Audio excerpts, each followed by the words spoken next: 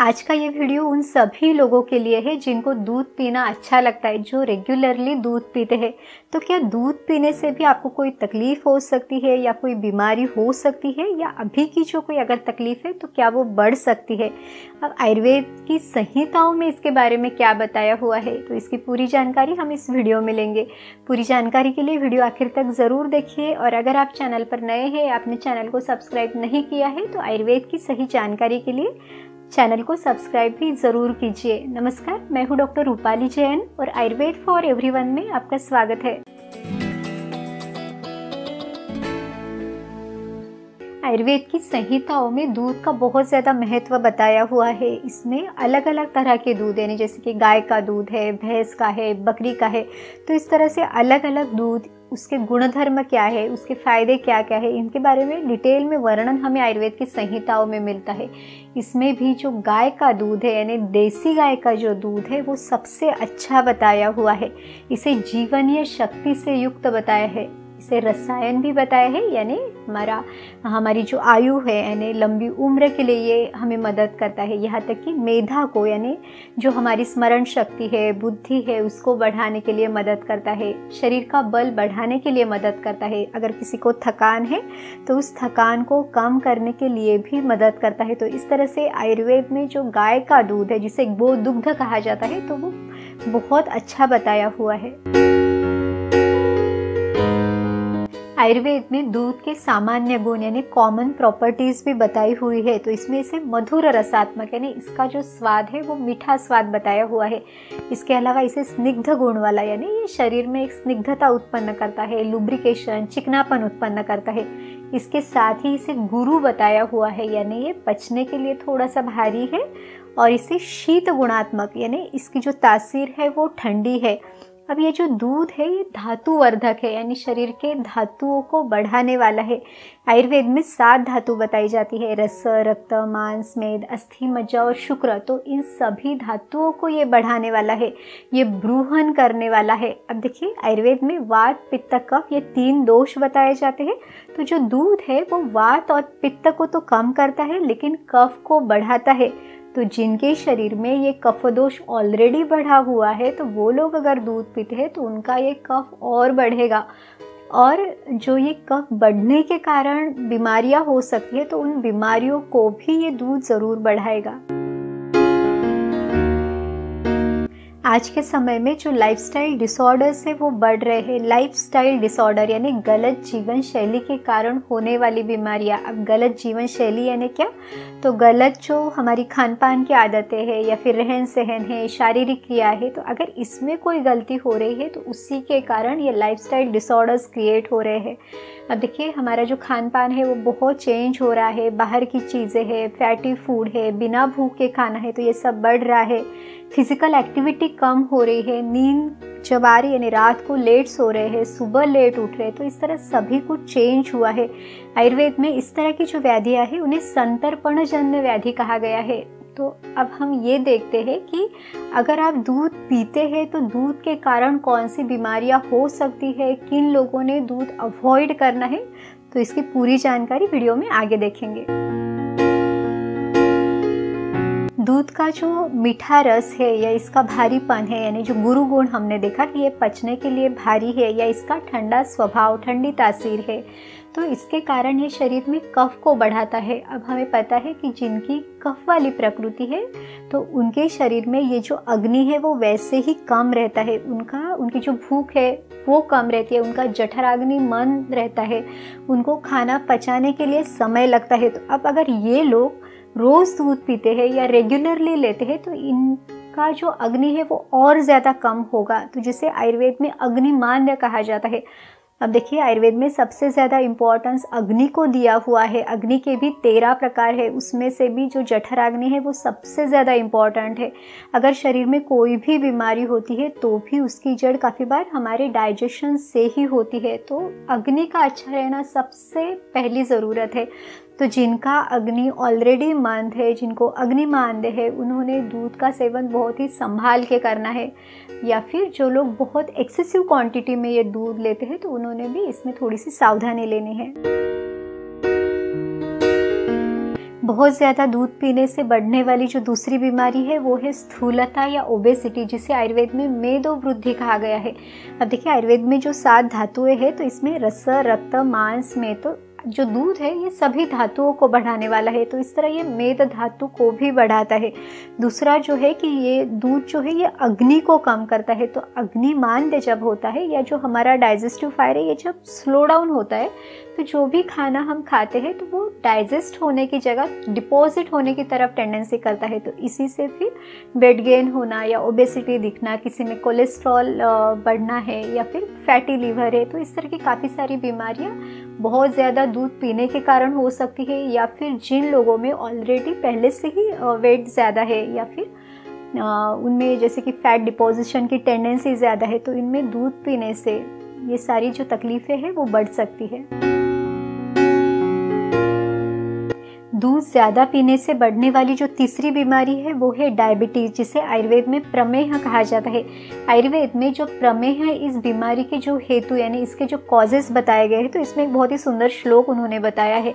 इसमें कहा गया है, आस्या सुखम स्वप्न सुखम दधीनि ग्राम्योदकानुपरसाहा पयांसी नवान्नपानम गुणवैकृतम च प्रमेह हेतु कफकृच्च सर्वम, यानी कफ को बढ़ाने वाले जितने भी कारण हैं वो सभी प्रमेह इस व्याधि को बढ़ा सकते हैं। इसमें ही उन्होंने दूध का भी वर्णन किया है कि जो लोग इस तरह के मिल्क प्रोडक्ट से या दूध ज़्यादा लेते हैं तो वो भी प्रमेह इस व्याधि को बढ़ा सकता है। तो जिनको ऑलरेडी डायबिटीज़ है या फिर जिनका बहुत ज़्यादा एक्सेसिव है, जिनके फैमिली में ये टेंडेंसी है, उन्होंने दूध का सेवन संभाल के करना है।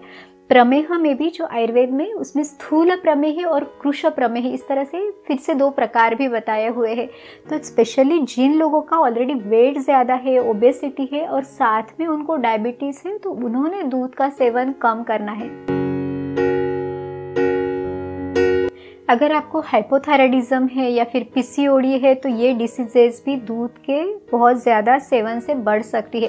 अब देखिए, ये जो हाइपोथायराइडिज्म है तो ये स्लो मेटाबॉलिज्म के कारण होने वाली बीमारी है। इसमें मेटाबॉलिज्म स्लो रहता है, तो आयुर्वेद कहता है कि अग्नि कम है और दूध तो इस अग्नि को और कम करता है, तो इस तरह से ये मेटाबॉलिज्म और स्लो होगा तो ये जो डिसीज़ है वो भी बढ़ सकता है। तो इन लोगों ने भी दूध पीते समय ये सावधानी ज़रूर लेनी है।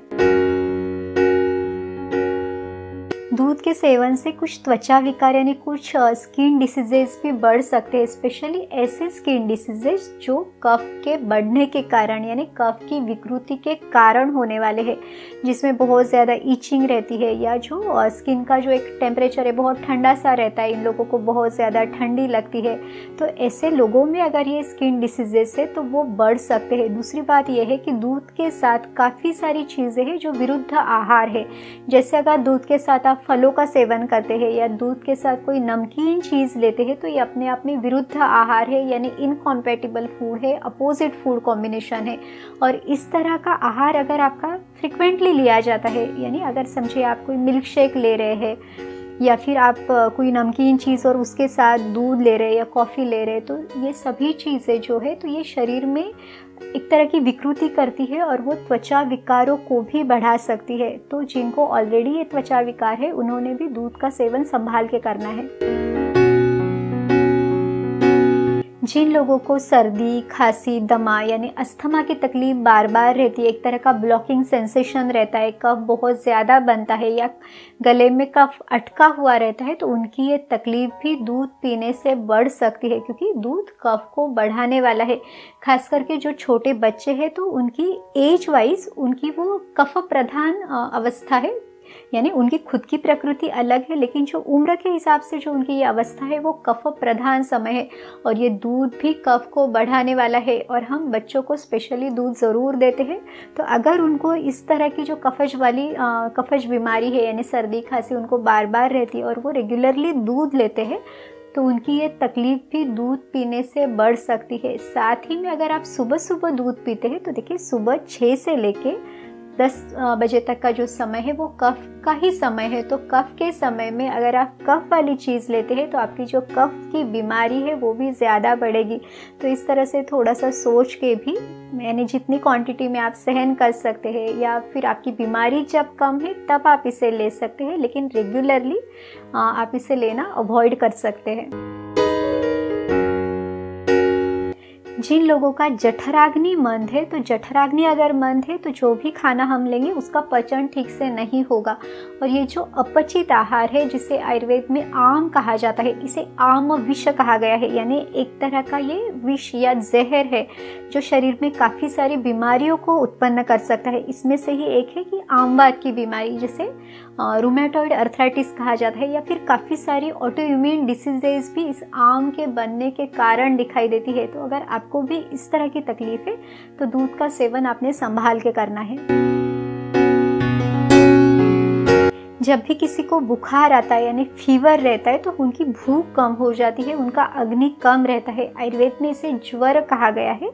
तो इस अवस्था में आयुर्वेद ने सबसे पहले लंघन करने के लिए बताया है, यानी उपवास करने के लिए बताया है, और उसके बाद भी जो दीपन पाचन चिकित्सा है यानी अग्नि को बढ़ाने वाली चिकित्सा लेने के लिए बताया है। यहाँ तक कि हल्का खान पान, जो आपका ये जो अग्नि अभी कम है वो इजीली डाइजेस्ट कर सके। तो इस तरह से आयुर्वेद में हमें वर्णन मिलता है। लेकिन जनरली जिनको भी कोई भी इस तरह की तकलीफ होती है, बुखार है या सर्दी खांसी है, तो उन लोगों को उल्टा इम्यूनिटी बढ़ाने के लिए या स्ट्रेंथ को बढ़ाने के लिए प्रोटीन शेक है या पनीर है या दूध की चीज़ है, तो ये ज़्यादा दी जाती है।